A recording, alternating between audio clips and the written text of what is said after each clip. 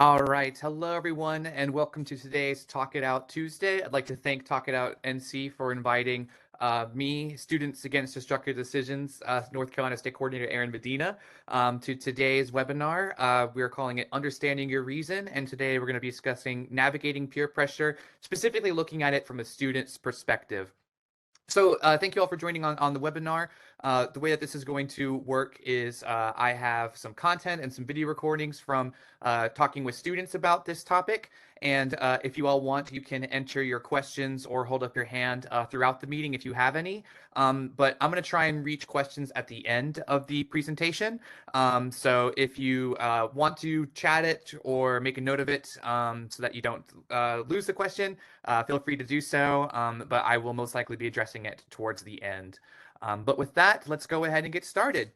So first, I'd like to start with describing SAD and going over a little bit about our organization. You may be familiar with it as Students Against Drunk Driving, and that was how our organization was founded back in 1981. It was founded by a student who lost, or a group of students who lost their peer to an impaired driving incident. But in 1997, the organization expanded based on student input. They wanted to discuss other topics beyond impaired driving.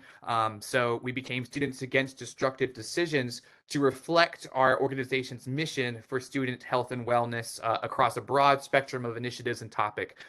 So of course that includes traffic safety, as it is a leading cause of teenage injury and fatalities. That includes substance use, such as impaired driving. But this also includes personal health and safety, like mental health, addressing bullying, and leadership development. So we are a national network celebrating 40 years as an organization and nonprofit. And nationally, we've had an extensive reach over the last 40 years. You can see our various initiatives and also just the students that we have not only made a positive impact on, but have influenced our organization by hosting community events, creating club or community-based chapters at their schools so that they can advocate safety and wellness as well. And we're continuing to spread that mission and the information started all those years ago. But today we're going to be talking about North Carolina specifically as my role with the North Carolina State Coordinator. We receive funding from the Governor's Highway Safety Program. So a lot of what I do is I look at the leading risks for youth and students in North Carolina, and especially traffic safety. Today, I want to highlight some of the more glaring statistics that I've seen in terms of and what I've talked to from students and advisors for what students are going through. And as you can see from the statistics here, we have a mental health crisis, not just in North Carolina, but across the nation and globe, that is continuing to influence our teens and the risks they are facing. And this is, not always correlated, but, potentially influencing the substance use rate within the youth of North Carolina. And that extends to specifically what we're going to talk about today, which is underage drinking and peer pressure. So SAD has developed their own, resources, programs, and initiatives to help students address this issue of underage drinking and peer pressure. But what I'd like to do right now is to show you a student perspective. So I'm going to play a clip from a previously recorded discussion with two SAD leaders, and they're going to give their insights in terms of the experiences that they've had through high school regarding peer pressure and underage drinking, and what advice they would give other students, parents, and guardians as well. So I'm going to switch to that window. Excuse me. All right. All right, we are now going to begin the student perspective portion of this presentation. We're going to be hearing from two student leaders and get their insights and perspectives on peer pressure and underage drinking. So I am now joined by Zuri and Janaea as student representatives of SAD. Are you all interested in introducing yourselves, maybe saying your name, what school you're from, and what grade you are about to enter? Okay, I'll go first. My name is Zuri Sweat, and I go to West Forsyth High School, and I'm a rising senior. And my name is Janaea Inman. I go to West Forsyth as well, and I'm also a rising senior. Wonderful. Thank you both for joining us. So now I'm just going to ask a couple of questions to get y'all's perspective on underage drinking and peer pressure. especially to trying to see maybe what parents or families can learn from students themselves in regards to the pressure students may face, not just for underage drinking, but maybe, in engaging in illegal substances or harmful activities in general, too. So with that, I'd like to open up kind of with an introductory question, just so we can make sure we're all on the same page here. Do either of you have any insights or ideas why it is illegal for those under 21 to drink alcohol? They make age legal because that's when they say your brain is fully developed. So if you like drink under that age, then it kind of like messes up your head in a way. Yeah, I agree with Janaea. I think between, when you become a teenager all the way up until 21, your brain is changing, tremendously. As a teenager, you're going through stress and anger and trying to, I think, find yourself and learn how to handle all those emotions. And I think during that time when you start doing substances like alcohol and drugs, your brain makes you think that you need it because your brain is still learning how to do things and get used to stuff. I think it's just very dangerous in that time to start drinking. I think that's why they made it so you couldn't drink under 21. I couldn't have said it better myself. Y'all are exactly right. I have some quotes from various resources that explain basically exactly what you all were talking about. And the law was put into place ultimately to save lives because, the brain is still developing. So we're looking at the short-term and long-term causes of alcohol on a teenage brain. Short-term, it's harder to make clear judgment decisions, especially in terms of making sure people stay safe. So that's why we see, as the CDC points out, that there was a decrease in fatal crashes related to alcohol in those under 21 because of this law, but also thinking about how it affects long-term brain development to short-term decision making. Overall, it is much, much safer for teenagers to not drink alcohol under the age of 21. There's also studies that link it to developing alcoholism or potential drinking addictions or challenges because they tried it at a younger age. So it is to everyone's benefit to wait until they are the legal age, or just not at all because it is a harmful substance. Some people choose not to drink at all for various reasons. So thank you all. So just curious, especially too, since you all both come from one high school, what is the rate at which students drink underage? So if y'all had to guess maybe what percentage of students in your school drink, or like even if it's not a percentage, just like what does the atmosphere in your school feel like in terms of like, oh, everyone is for sure drinking, or maybe that's not really our scene, maybe only a few people have tried it? Mm. I feel like a good 85% of people are drinking because I know some people there that drink, and they when they go to parties they get really intoxicated. So I think it's a higher percentage. Yeah, I was going to agree with Janaea because we know a lot of people who drink at our school. I can't give a good percentage, but we see a lot of people on their social medias, and a lot of them do it. So it's high. Mm-hmm. I think it's pretty high. Yeah, I will say too that especially, and we'll go over this, maybe the rates have even increased, and it's going to vary from school to school and community to community. But based on social media and what y'all are maybe even seeing or hearing from people at your school, do you think it's more people drinking regularly, or that it's more at parties like once a month or every other month type of scenario? I think for most people, I think at our school, it's usually at parties and stuff. I think so. They'll use that as an excuse to, have fun, turn up or whatever. Yeah. I'm sure there's a few that, drinking is regular at home, but I think mostly it's a party. Yeah, I agree with Zuri on that one because usually that's when you see everyone's Snapchats or whatnot, and they're like, "Oh, I'm drinking," That's usually when you see it. Yeah, thank y'all for sharing. And again, not to make any uncomfortable. The point of this is just to educate not only the scenarios that students can face, but what exactly the kind of high school culture around underage drinking can be.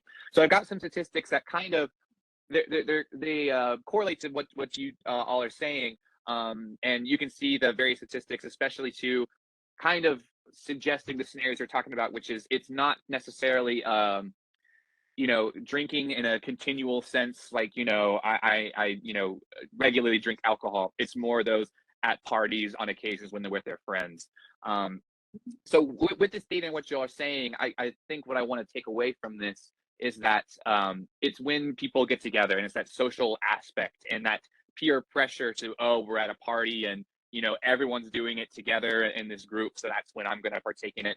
It's not necessarily students have alcoholism or are addicted. They can, obviously, but it is this kind of occasion with their friends that they partake in this situation. And so as you can see, the one statistic I want to highlight is that this was from a 2019 risk survey, so the data kind of changed since then.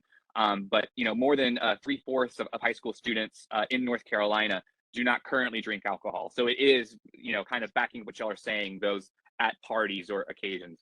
So the good news about this is that, if we can equip students to say, hey, maybe I don't go to this party, or I do, I just know how to say no, then we can help address the dangers or the risks related to drinking underage. So with that, what do y'all think are the main influence of why kids or teenagers drink underage? Are there any specific aspects of culture or media that are contributing to this? What do y'all think? I think it's a thing on like, oh, my friends are doing it, so I want to do it too because they make it look fun. So I might as well try it too. That's how I think that it goes. Also in like movies and commercials, people drink all the time. There's commercials where people are like happy in a bar and like their lives are suddenly like so great because they have a specific brand of beer and stuff like that. So like I know it makes teens think of like alcohol in a positive light where it's not that big a deal. Everything's cool. So social media and so many different branches like to influence your thinking of alcohol. You really don't know what it's like. What else? Oh, also in music too, because a lot of songs talk about alcohol and stuff, so you don't even think about it. See things okay.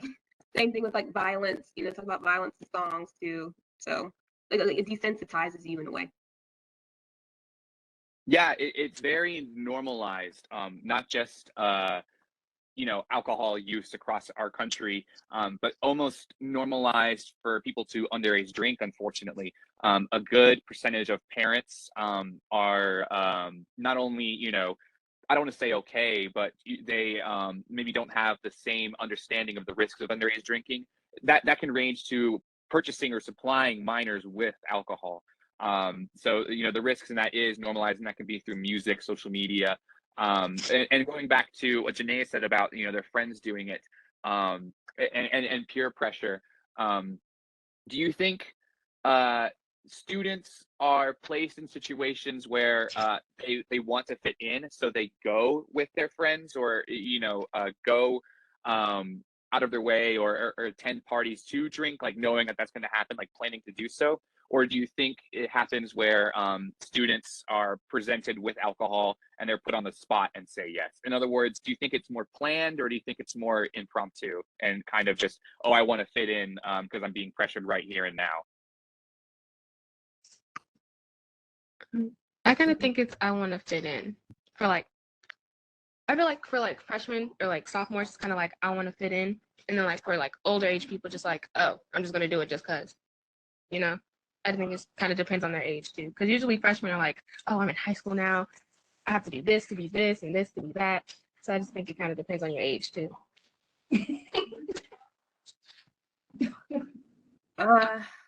Yeah, I agree. Definitely depends on your age too, and I think sometimes it's planned. Like whenever you're going to go to a party, maybe you sometimes you're thinking in your head, okay, so there's definitely going to be alcohol and stuff there. They're probably everyone's going to want to do it. Gotta be cool. You gotta do it.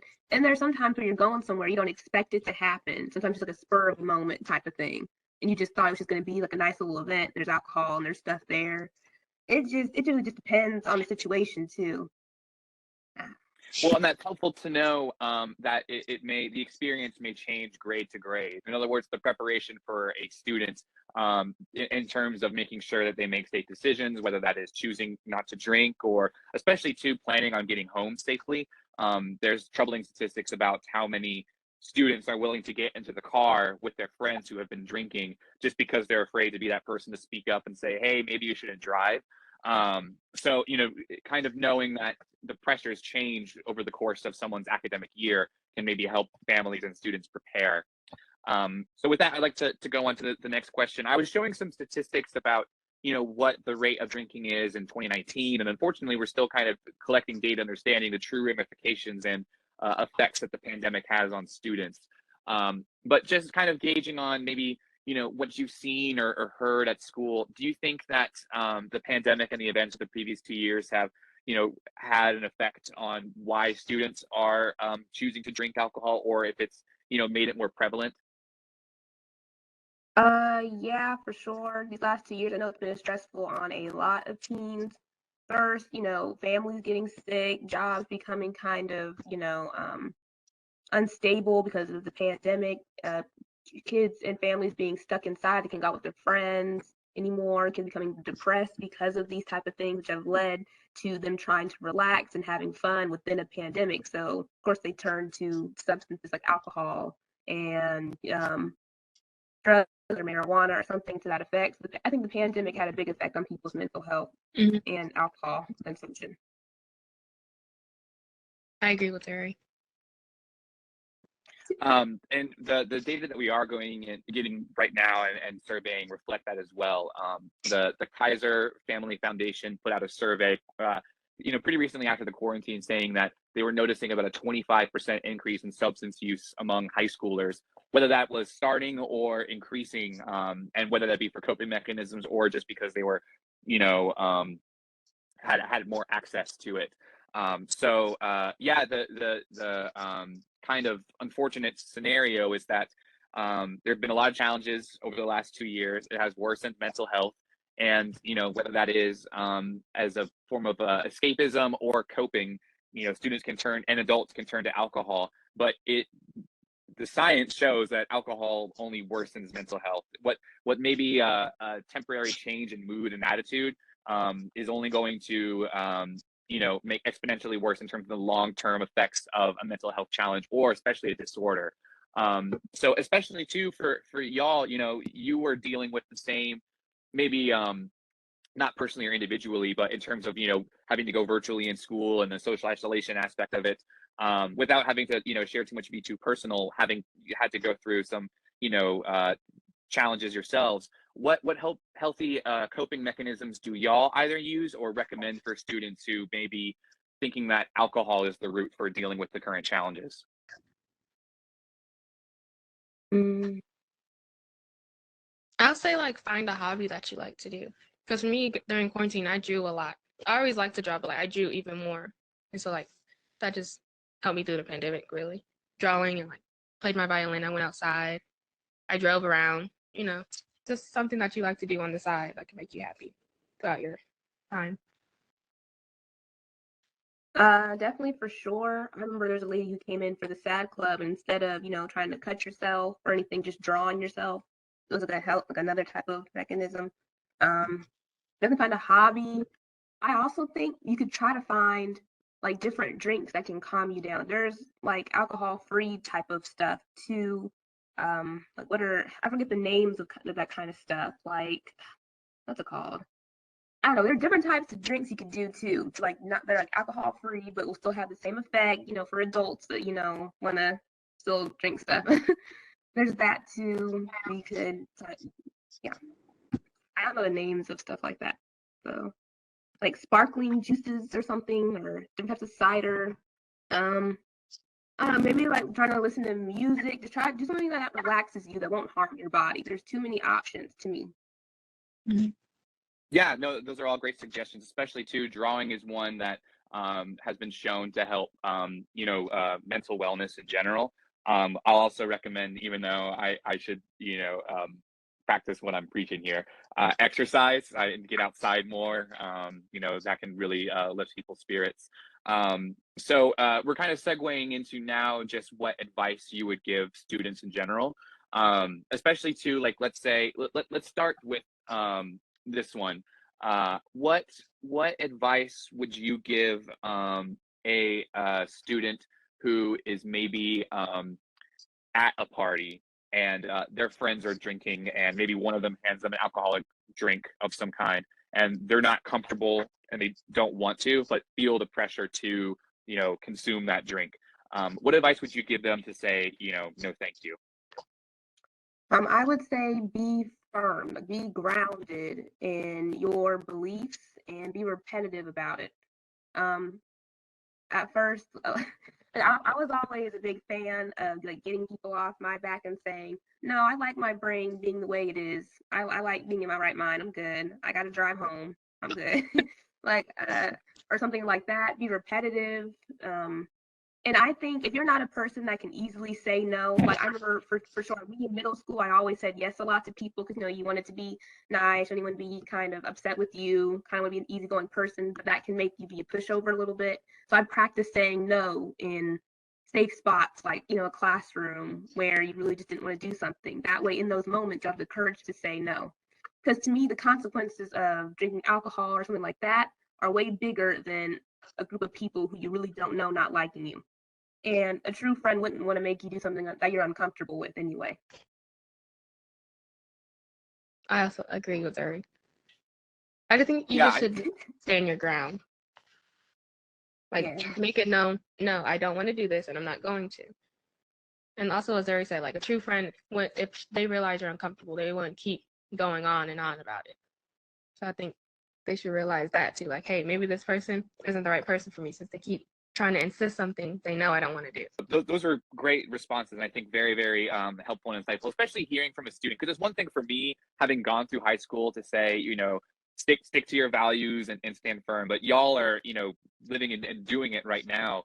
And I think it helps to remind, students, like, who their real friends are in terms of wanting them to be comfortable, and put them in a social environment where they are having fun. Because, who likes to be in a party scenario where they're either just being put in an uncomfortable position repeatedly, or doing something that they know or feel is wrong, and they're just like perpetually guilty that entire time, and or maybe even thinking about the consequences, both short and long term. So I think those are really good responses.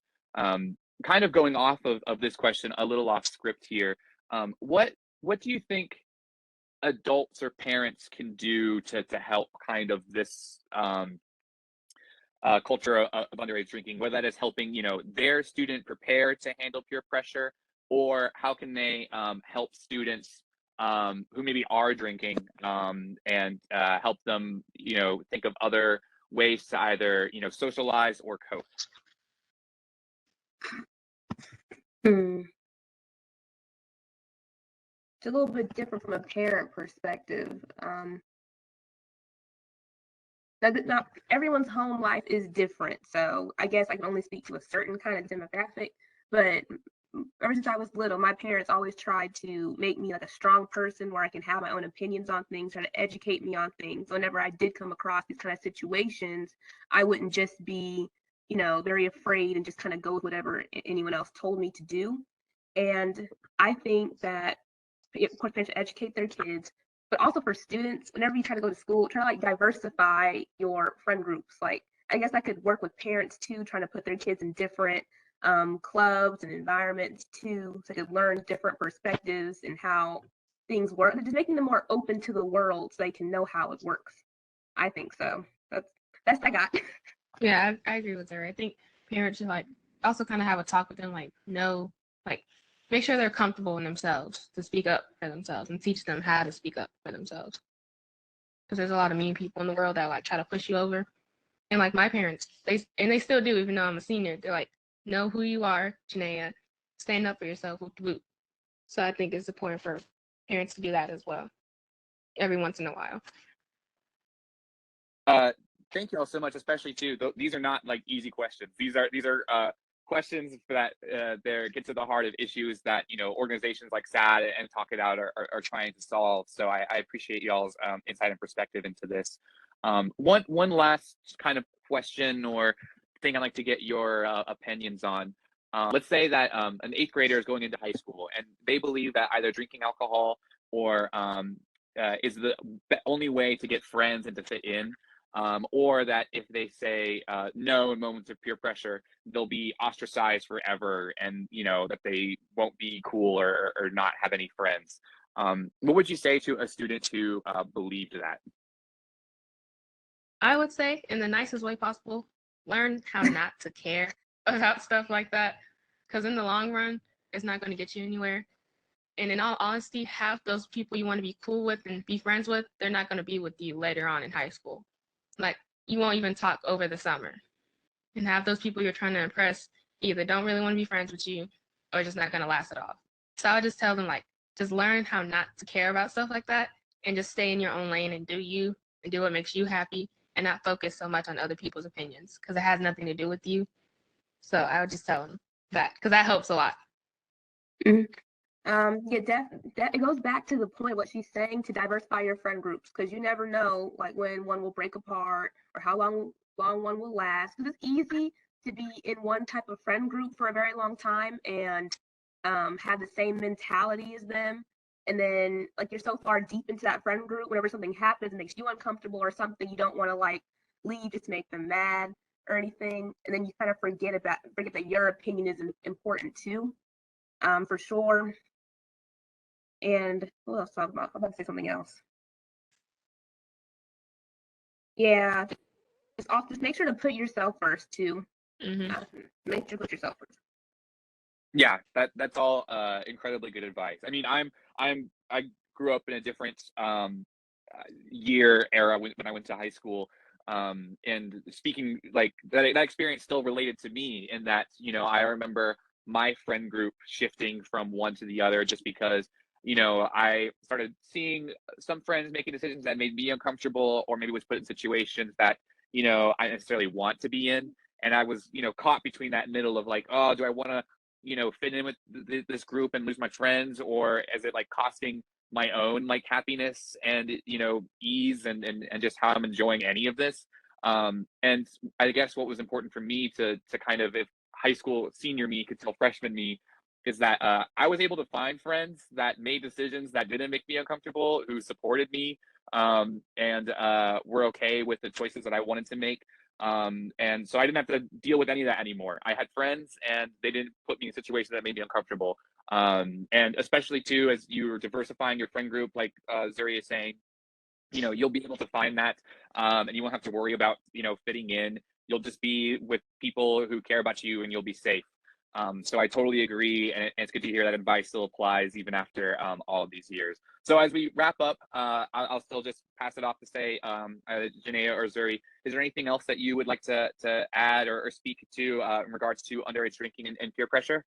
I do. I think when it comes to peer pressure of friend groups, may not just be alcohol, maybe other things too.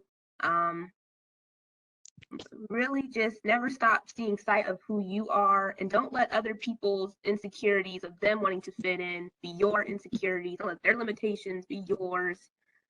Just do what's best for you. That's what makes high school great. And Because always you're finding yourself when you go out. And stop putting other people before you. That part too. That weighs heavy in high school as well. And it'll be hard, but you got to get through it. And sometimes you got to go through some hard stuff to really understand what adults are trying to tell you and the advice you get. So you got to go through it, but just never lose sight of yourself. But it'll be hard. A little bit. It'll be hard. Well, and I'd like to say too that I think part of growing up are challenges, whether it's social, academic. Unfortunately, outside of our control in terms of what's happening nationally, globally, or even just within people's family. But for both of y'all, I'm just really impressed hearing the insight and perspective that y'all have.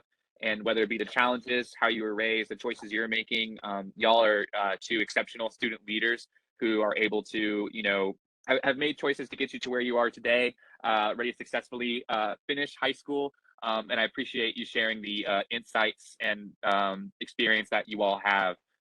So, the highs and the lows of high school, I am at least glad that they have made y'all two into amazing leaders. So props to you all, and thank you for participating in this discussion today. All right, so we are back, and I'd just like to echo that I think SAD is as impressive as its student leaders and participants, and we were very lucky to have the time and to let Zuri and Janaea contribute to this webinar. As you know, I can share the insights that I pass off as a North Carolina State coordinator, but I think it means much more hearing from the real experience of high schoolers, especially two who are as kind and successful and as those two. So thank you all for watching that video. We're going to continue, and I'd like to not summarize what we just watched, but highlight a couple of takeaways that stood out for me that I think are going to be helpful for families, parents, guardians preparing their students for moments of peer pressure and teaching them to not drink underage. And one that's unfortunate, but I think we need to accept, is that we must prepare students to encounter substances. I mean, we can do our best to protect our kids, but whether it is with their changing friend groups when they're hanging out socially or just the media they're going to encounter, they're going to be around substances. So we need to educate them what those are and the dangers of them, and prepare them to navigate them, and giving them the advice that we want to encourage them to make decisions that parents or guardians are setting as expectations. So we can do that by establishing values and perspective. I really appreciate what Zuri and Janaea said in terms of, highlighting what's really important, and that is finding validation in themselves, giving self-confidence, and growing the perspective of that, the importance of high school and that time. It's easy to get distracted by just obsessing over maybe what's happening socially, but getting to what's really, really important, and that perspective, which is wise for even the seniors to have, is all those years, what really was important about high school, and especially not wanting to make a decision that can set them on a path that can change their lives forever negatively, just because they were prioritizing maybe one friendship or one party or one social interaction. I really appreciated what they said about encouraging diversifying friend groups. I think as parents, caregivers, and even myself in a role where I'm facilitating, educating safety and wellness, just encouraging people to spread kindness, positivity, to diversify their friend group so that they can find those social circles that they're comfortable being around, and will support them in the decision making to whether it's not drink underage, but just be in a safe environment. And then it's also preparing students how to detect peer pressure when it's happening, because it can be, blatantly obvious, such as handing an alcoholic beverage, or it can be more indirect or subconscious, such as the media that they are intaking, or just social manipulation in certain environments. So we need them to learn how to detect when peer pressure is happening and give them the confidence to make their own decisions. So SAD has developed a brochure and other resources for helping parents have conversations or guardians with their students to navigate peer pressure and set those expectations when it comes to substance use. So I've got some highlights from the brochure on the slide here. I won't read through everything, but just want to highlight the importance of the influence of a parental figure, parent, guardian, anyone who's interacting with kids, especially to the primary caretaker, I should say. You can see a statistic that over 80% of young people report that their parents are the leading influence of whether or not to drink underage. So parents want to be conscious of not only what they are saying in terms of teaching the dangers of alcohol and substances, but what they're modeling as well. If they're kind of you know normalizing alcohol by using it a lot in front of their students or kids, or kind of having passive attitudes towards illegal substances, especially harmful ones and harmful practices, then that can be a deciding factor in whether students choose to partake in that substance or not. And then when setting expectations, you want to be clear in terms of what you want for your child in terms of peer pressure and substances. SAD is not here to tell anyone how to parent their child, but at the same time, we can look at the science and research, and what has helped kids lead safe and successful lives, to say that not only do you want to follow the law in terms of using legal substances, but also what is going to set them on a path to be successful both in school and in life. So a highlight here is to be consistent in your expectations for substances, and in particular, not to provide alcohol or substances for students. I think when we think about parties or scenarios where students are drinking, we always want to ask the question, where are they getting this alcohol or these substances? And unfortunately, it can be quite common for parents to supply these substances. And the thought is, well, it's safer. I'd rather them drink in the house than I would out there. And even if they have the thought or perspective that I'd rather them drink because they're going to do it anyway in a controlled environment of the house. Not only are you not being consistent in your expectations, but you are sending them on a path to form maybe a habit or getting used to drinking in general. So yes, maybe you're trying to control the environment by having them drink in the house, but they're getting more used to it and it's becoming acceptable. So sooner or later they'll drink out of the house, or God forbid, a child gets hurt getting home from alcohol that a parent supplied, which is, not even going beyond the legal ramifications, just horrible. So in addition to that resource, I'd like to highlight one that we've used as a guide in creating our information for educating, preparing students for peer pressure. This is SAMHSA's Talk They Hear You campaign. And if you go to this link or just Google it, you can see these 5 conversation goals to talking to kids about alcohol and other drugs. One tip that they share that I like to highlight is to have conversations casually and frequently. In other words, don't think of it as just like one formal talk. This should be continually checking in with your students about are they aware of the dangers of substances? Are they aware of why there's laws in place to not drink underage? And so I encourage you all, in addition to the resources provided by Talk It Out NC, looking at this resource as well.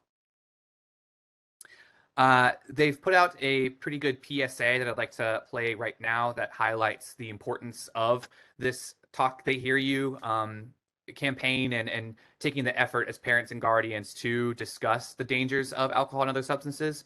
So let me know if you cannot hear it, but I'm going to play it for us all now. We all make choices.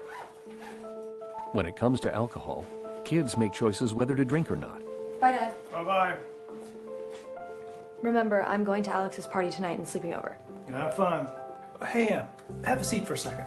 Remind me about that party again? Alex is just And adults make choices whether to talk about it. That's true of parents and every other trusted adult in a kid's life. Kids want to know our expectations when it comes to alcohol and other drugs. They want guidance and honest answers to their questions. And it makes a difference when the message is consistent and part of everyday conversations. So talk with your kids and help lead them on a positive path. Because when you talk, they hear you. For more information about talking with your kids about underage use of alcohol and other drugs, visit underagedrinking.samhsa.gov. So one of the things that I really like about that video is it shows the changes that a parent and role model can make by putting in the effort. And obviously every home and family is going to be different. And it's not always easy to make time to have those frequent and casual conversations. The one thing that I want to highlight about that video is making sure that you're equipped with the knowledge to share why you're setting these expectations. It's not just, this is the rule because I say so. Emphasizing the science and care behind it.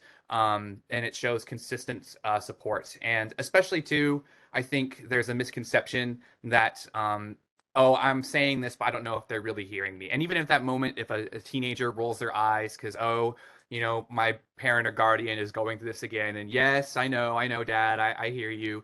That kind of response may be a little discouraging, but subconsciously the effect is taking place, especially, repeatedly and over time. And that's one of the difficult things that I've learned in my experience in prevention is that you don't always know the fruits of your efforts in terms of, whether or not a student is hearing this message or is really, taking this education to heart and applying it.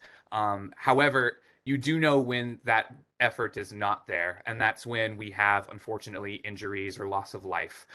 So it's tough. It's tough. You don't always see the, effects of prevention work, but the point of it is to be preventative. So don't lose hope or sight if you're not immediately seeing the effects, because if they're staying safe and happy, then our job is done or continuing to happen. So to equip you all with to have these conversations, something else I'd like to highlight that is not only available through SAMHSA and Talk It Out, but our parenting brochures in general is some myths and facts. You can see them and read them here on the screen.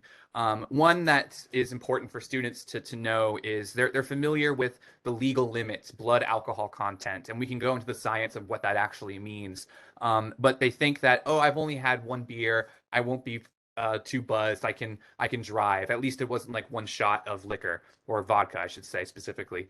But I'd like to highlight that alcohol is alcohol, and don't think that because you have had only a certain amount that you're not impaired, or that this is, especially if you're under 21, that you're below the legal limit. Because if you are under 21, that law does not apply. Any alcohol in your body is impaired driving, and unfortunately, students have to go through the legal ramifications, a decision that can impact their rest of their lives in a negative way, or even worse, there can be other consequences that I've unfortunately worked with some students who have had much worse than getting a ticket and caught for drinking and driving. So feel free to utilize this information and share it with your student. I'll be sharing some links to some resources that you can access in having these conversations. And I think in general, the plan that we're eventually having is talking with our students about why we're setting these expectations and coming up with the reason to not use substances. So from a parent perspective, you can go through your expectations of, this is illegal, this is the science, I expect you not to do X, Y, and Z. But it's important for our students to have their own reasons so that when they're put in situations like Zuri and Janae were saying, they can be steadfast and confident in their response to navigate peer pressure. So here are some common reasons not to use substances. Against the law being an obvious one, going through the short and long-term effects. And I've talked with students before that have said, well, thinking about maybe I'm allergic to alcohol being a reason not to use substances. Is it okay to lie in a public setting and say that that's my reason, even if I'm not actually allergic, just because maybe that's an easier way to navigate peer pressure? And my response to that is hopefully a student can get to a point where they don't feel like they need to lie to be sure about their values, who they are, and what's important to them. But if saying that helps you navigate a pressure, it's better to say that, hey, I'm allergic to beer, than putting in a scenario where you're drinking and driving. So I don't want students to feel like they need to lie to get out of these situations, because being confident and sure of yourself, and speaking up for your values and what's important to you in your decision making is enough. And you'll find friends and social circles that approve of that, and those are honestly the kind of people you want to be around anyway. So in these conversations, you want to get at what is your child or student's reasons to not use substances. Or maybe their answer is, actually, I do want to use substances, which we've heard a lot from our students that there is the social pressures both within their friend circles and outside influences. So now we need to address the root of that issue. Well, why do you want to drink alcohol with these friends? What is your overall goal? Is it to fit in? Is it because you've just heard about it in songs and media?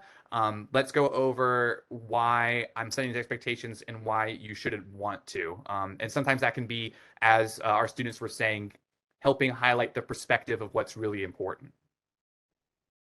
So another thing that you can do as parents and guardians in preparing your students, and something that I just say personally worked for me when I was in high school, is preparing them for these moments of decision making. Think of it as they're at that party with their friends, and the offer of an alcoholic beverage comes their way, and now we're in slow-mo here. Here's that critical moment. Do they say yes or no, and how do they go about saying no?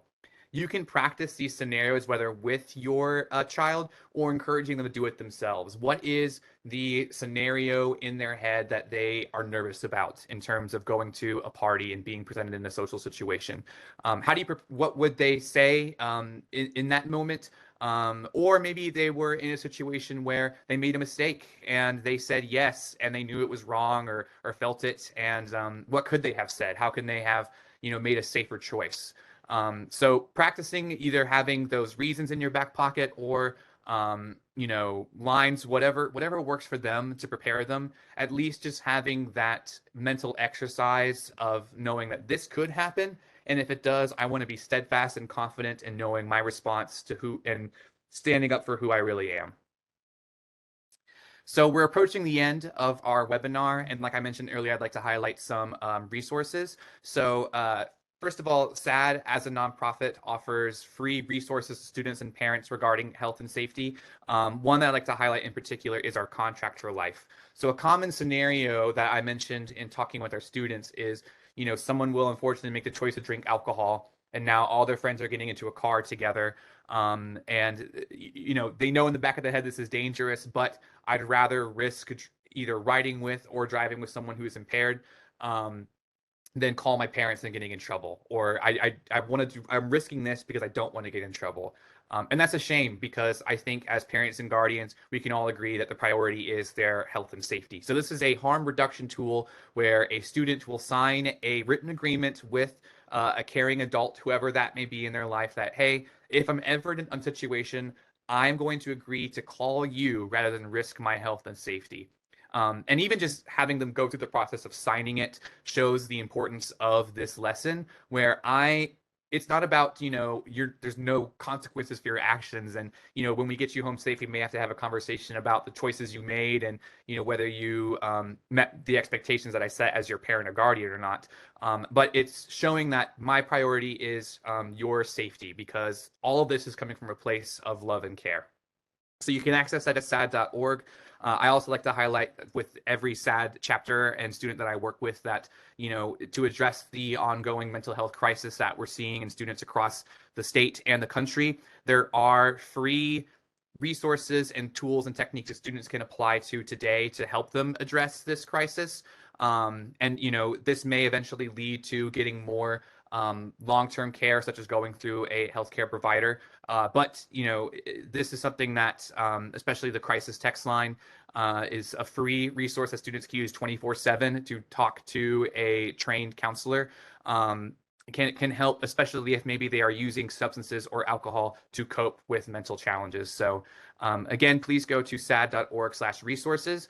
The Contract for Life in particular will be there in English and Spanish, and it's free and available for download and use. Finally, let's say that you have a student who, is ready to kind of help advocate these lessons. In other words, helping other students overcome peer pressure and avoiding underage drinking. Your student of any grade or location can join SAD, even if their school does not have a chapter. And one of the tools we're excited to launch later this summer in preparation for the academic year this fall is our Is It Worth the Risk mentor program, which is a way for students to get paired with younger students and help train them to, navigate peer pressure and educate why underage drinking is illegal and dangerous. So this is a leadership development opportunity for the mentor and the mentee. So if your student is interested in this program, go to sad.org, where they can register to become a member for free. And then they'll be posted about this program once we launch it later this year.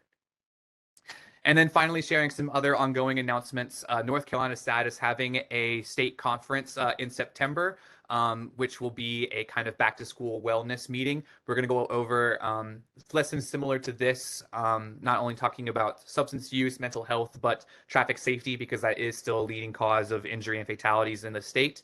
And that ties into an ongoing campaign that SAD is, running with the National Road Safety Foundation, which is Safest Summer Ever.